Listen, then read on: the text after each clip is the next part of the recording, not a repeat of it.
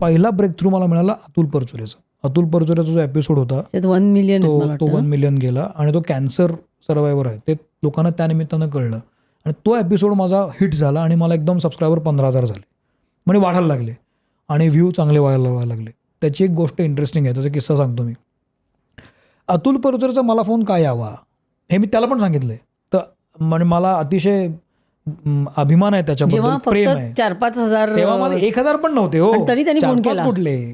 त्याची किस्सा आहे. मी चॅनल सुरू केलं मार्चमध्ये. चॅनल सुरू करायच्या आधी फेब्रुवारीमध्ये मला एक फोन आला. मी पुण्यात जॉब करत होतो पत्रकाराचा, की अरे अतुल परचुरे खूप सिरियस आहेत आणि बघ आता बहुतेक शेवटच्या घटकांमध्ये काय झालं बघ, आम्हाला बातमी पाहिजे, करायची, अमुक आहे तमुक आहे. तर त्या पत्रकार महोदयांना माहिती होतं की माझा तो मित्र आहे, म्हणजे अतुल दादा माझा मित्र आहे, रिलेशन चांगला आहे, त्यामुळे तू माहिती काढ. मी म्हटलं थांब बातमी करू नकोस, मी जरा माहिती घेतो. मग अतुल परचुरेंना कॅन्सर झाला आहे मला माहीत होतं, पण त्याला कसं फोन करणार. मग मी अजित भोरेंना फोन केला. अजित दादा म्हणलं असं असं मला फोन आला आहे, काय सिच्युएशन आहे. तो म्हटला हे बघ असं काही झालेलं नाही आहे, तो बरा आहे, तो मध्ये क्रिटिकल होता पण बरा आहे तो, पण प्लीज बातमी थांबव, बातमी काही करू नकोस.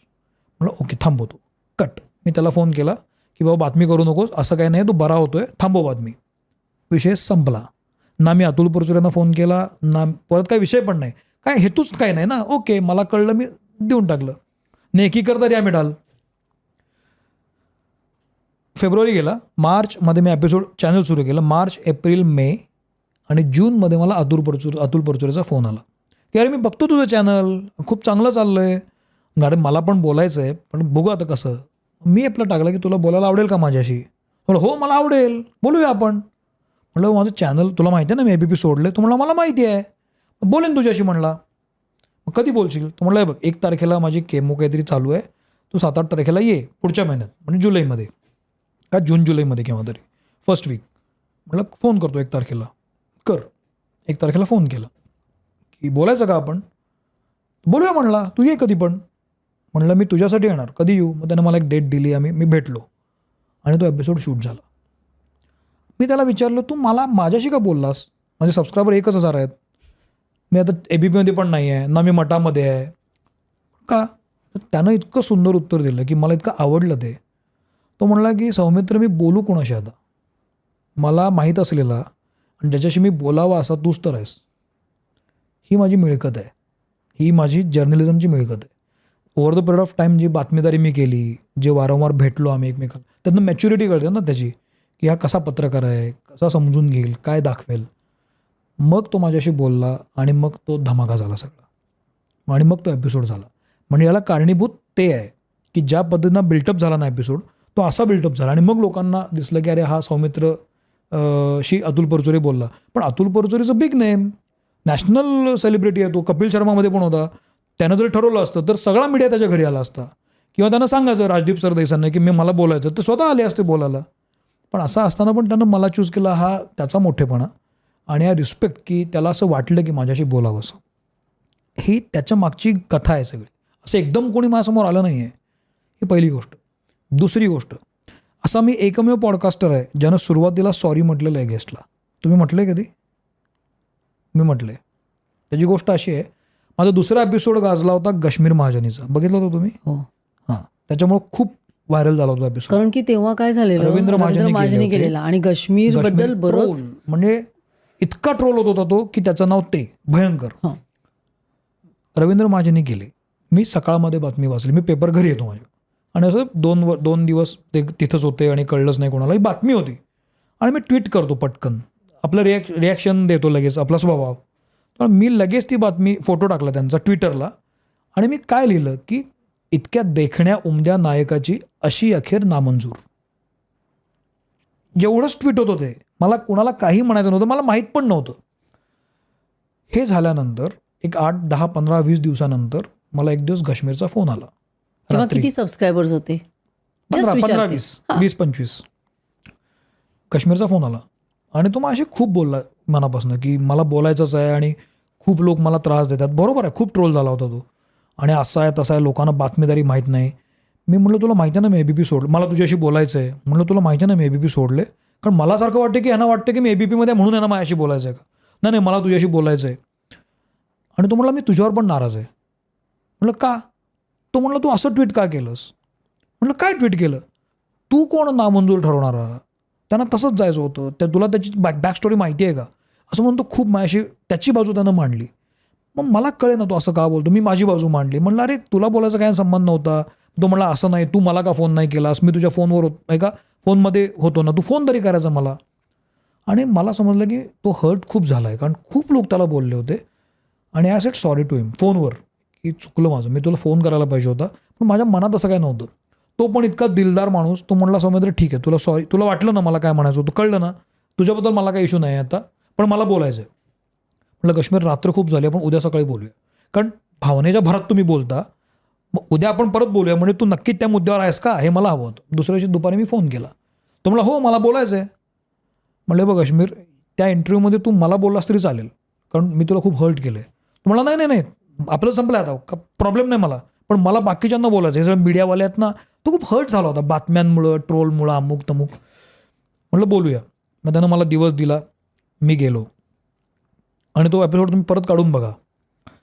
त्या सुरुवातीला हा सगळा किस्सा मी सांगितला. हो, मी आता मला आठवलं, सांगितलंय. आणि I said sorry to him in camera. हे मी का सांगितलं, म्हणायची गरज नव्हती, कारण ऑलरेडी आमचं सॉर्ट झालं होतं सगळं. पण माझं मत असं आहे की तो हर्ट झाला होता, आणि ते जे बॅगेज माझ्या मनात होतं, कारण मी त्याला प्रत्यक्ष सॉरी कधीच म्हटलं नव्हतं, फोनवरच झालं होतं, ते बॅगेज घेऊन मी त्याच्याशी बोलू शकत नाही. आणि ते it just happened on camera. या नाही, डेलिबरेटली मी ते केलं, कारण ते बॅगेज घेऊन मी त्याच्याशी बोलू शकत नाही की मनात आहे, मी खरं तर त्याला हर्ट केलं आहे, आणि मग मी त्याशी बोलू कसा. जर अपेक्षा माझी अशी असेल की त्यानं समोरच्यानं ऑनेस्टली बोलावं, तर मी पण माझं मन निर्मळ असलं पाहिजे, माझ्या मनात काही नाही आहे. म्हणून आय सेड सॉरी टू हिम की माझं चुकलं, मी तुला फोन करायला पाहिजे होता, पण खरंच सॉरी. मग तो म्हणला नाही रे जाऊ दे, आता आपण बोलूया. आणि मग आम्ही बोलायला लागलो. तो एपिसोड तसा झाला आहे. ही जी मैत्री आहे ना, ही मैत्री मला फार महत्त्वाची वाटते. समोरच्याला वाटतं की ह्यानं मला विचारायला पाहिजे होतं, तू तरी मला विचारायचंस ना, हा तो का बोलला, कारण त्याला मी जवळचा वाटत होतो म्हणून. पण आधी ओळख होती 100%. मला इंडस्ट्रीतले सगळे लोक ओळखतात, सगळे माझे मित्रच आहेत, पण मी फोन का केला नाही, कारण माझा हेतूच तसा नव्हता. एक नियतीला होतं ते की असं नको मरण यायला पाहिजे, इतकंच सिम्पल होतं ते. पण ते त्याला हर्ट झालं होतं, आणि एका पॉईंटला त्याचं बरोबर होतं, मी त्याला फोन करू शकत होतो, तो त्याच्या जागी बरोबरच होता, आणि तो जास्त सफर झाला होता, तो, त्याची फॅमिली, आई, सगळेच. मग मी काय करू शकतो, तर मी हे करू शकतो, गॅस तुला सॉरी म्हणतो आणि तुझी बाजू मी लोकांसमोर आणतो. पण ते आणताना पण मी कुठलाही स्टान्स घेतलेला नाही आहे किंवा सिम्पथेटिक पण नाही आहे. ते तो इंटरव्ह्यू बघा, स्ट्रेट क्वेश्चन्स आहेत. मग तू कुठं होतास, तुला वेळ का झाला पोचायला, मग एवढा वेळ कसा लागला तुला, स्ट्रेट आहेत, जे लोकांच्या मनातले प्रश्न आहेत. यातनं काय झालं की ऑनेस्टी कळली. हा माझा दुसरा इंटरव्ह्यू होता जो हिट झाला, आणि तो खूपच मॅसिव्ह हिट झाला. त्यातनं माझे आणखी सबस्क्रायबर वाढले, ते एकदम 50-75 हजार झाले. कारण की त्यावेळी लोकांना खरंच असं ते, आणि ती बिग न्यूज, इमेज चेंज झाली, सगळी इमेज चेंज झाली. आणि आय एम थँकफुल काश्मीरबद्दल पण की त्यानं मला निवडलं, आणि वो बात बन गई. आय एम व्हेरी हॅपी की लोकांना सगळं कळलं काय झालं ते.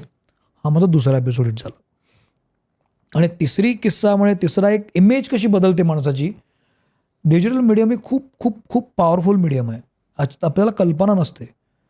तिसरा मला आवडलेला एपिसोड होतो राधा मंगेशकरचा. राधा मंगेशकर हे नाव नवीन नाही आहे, मंगेशकर आडनाव आपल्या सगळ्यांना माहिती आहे. तर हृदयनाथजींची मुलगी ती. तर राधा मंगेशकर यांच्याबद्दल एक इम्प्रेशन होतं, का तर त्या खूप कमी वयात गायला लागल्या, 12-14 वर्षी त्या गायला लागल्या, पण गाण्यावरनं त्या ट्रोल झाल्या त्यावेळेला खूप, आणि मग त्यांनी गाणं सोडलं होतं 10 वर्ष. त्यामुळे त्यांच्याबद्दल एक इमेज होती लोकांच्या मनात की ह्यांना गाणं येत नाही आणि ह्या अशाच गातात वगैरे वगैरे वगैरे. पण हे सगळं कशामुळे माहिती होतं सौमित्र, काय की तिने गाणं सोडलंय? त्या बातम्या आहेत त्याबद्दलच्या. तुम्ही त्या बातम्यांच्या मध्येच वावरता, त्यामुळे भावसरगम नावाचा कार्यक्रम हृदयनाथजी करायचे, त्याच्यातनं आले त्या बातम्या आहेत, त्यामुळे लोकांना माहिती होतं. पण माणूस तसाच राहत नाही ना. सौमित्र 12व्या वर्षी शेंबडा होता, पण तो 24व्या वर्षी तसाच असेल असं नाही. तुम्हाला असं वाटतं तो शेंबडाच आहे, पण 10 वर्षात त्यानं खूप काय बघितलं असतं. तो लोकांच्या नाकातनं शेंबूड काढायला लागतो आता. म्हणजे असं होऊ शकतं ना, उलटं होऊ शकतं चित्र. त्यांच्या बाबतीत तसं झालं. त्या डॉक्टर आहेत, त्या फिलॉसॉफीच्या डॉक्टरेट आहेत त्या, आणि त्या ज्या येऊन बोलायला लागल्या ना, त्यांनी सगळं शांतपणे सांगितलं काय झालं होतं, कसं झालं होतं, त्यांना काय वाटतं, यांना काय वाटतं. आणि तो इतका जबरदस्त एपिसोड झाला, तो 1,00,000च्या वर गेला, 1.5 लाखाच्या वर गेला एपिसोड. त्यांची इमेज पूर्ण बदलली आणि लोक त्यांना म्हणायला लागले तुम्ही आता सुरू करा, सोशल मीडियावर या, गायला लागा, बोला परत वगैरे वगैरे वगैरे. इमेज चेंज झाली माणसाची. सो मला हा पण गंमत वाटली की कसा माणूस बदलतो, सफर होतो, माणसाला किती बोलायचं असतं, किती आत दाबून राहिलेलं असतं. पण इंटरव्ह्यूइंग इज नॉट लाईक की क्वेश्चन आन्सर. मला ते कळलं पाहिजे की कुठून कुठे गेल्यानंतर माणूस बोलेल, पण त्याला ते दुखवायचं पण नाही आहे, पण त्याला ते बोलायचं पण आहे. तो बोलू शकेल अशी परिस्थिती क्रिएट करायची समोर की हां आता तू बोल, तू सिक्युअर आहेस, मग तो बोलतो ते. हे सगळं सायकोलॉजिकल गेम आहे मॅडम. आपल्याला ना, मी माझ्यावर पण काम करतो, आत्ता पण मी घेतो ना इंटरव्ह्यू, मी प्रत्येक माणसाचा अभ्यास आजही करतो, कारण गृहीत धरू शकत नाही आपण, पण हा सगळा सायकोलॉजिकल गेम आहे. प्रश्नोत्तर नाही आहे ती. प्रश्नोत्तर काय, मग प्रेस कॉन्फरन्स पण होते ना.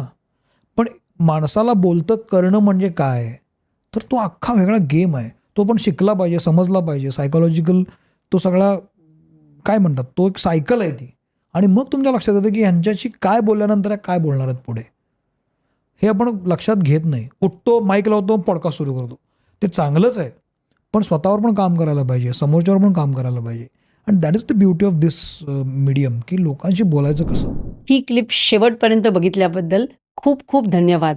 संपूर्ण एपिसोड बघण्यासाठी खाली दिलेल्या लिंकवर क्लिक करा आणि सर्व काही चॅनलला सबस्क्राईब करायला विसरू नका.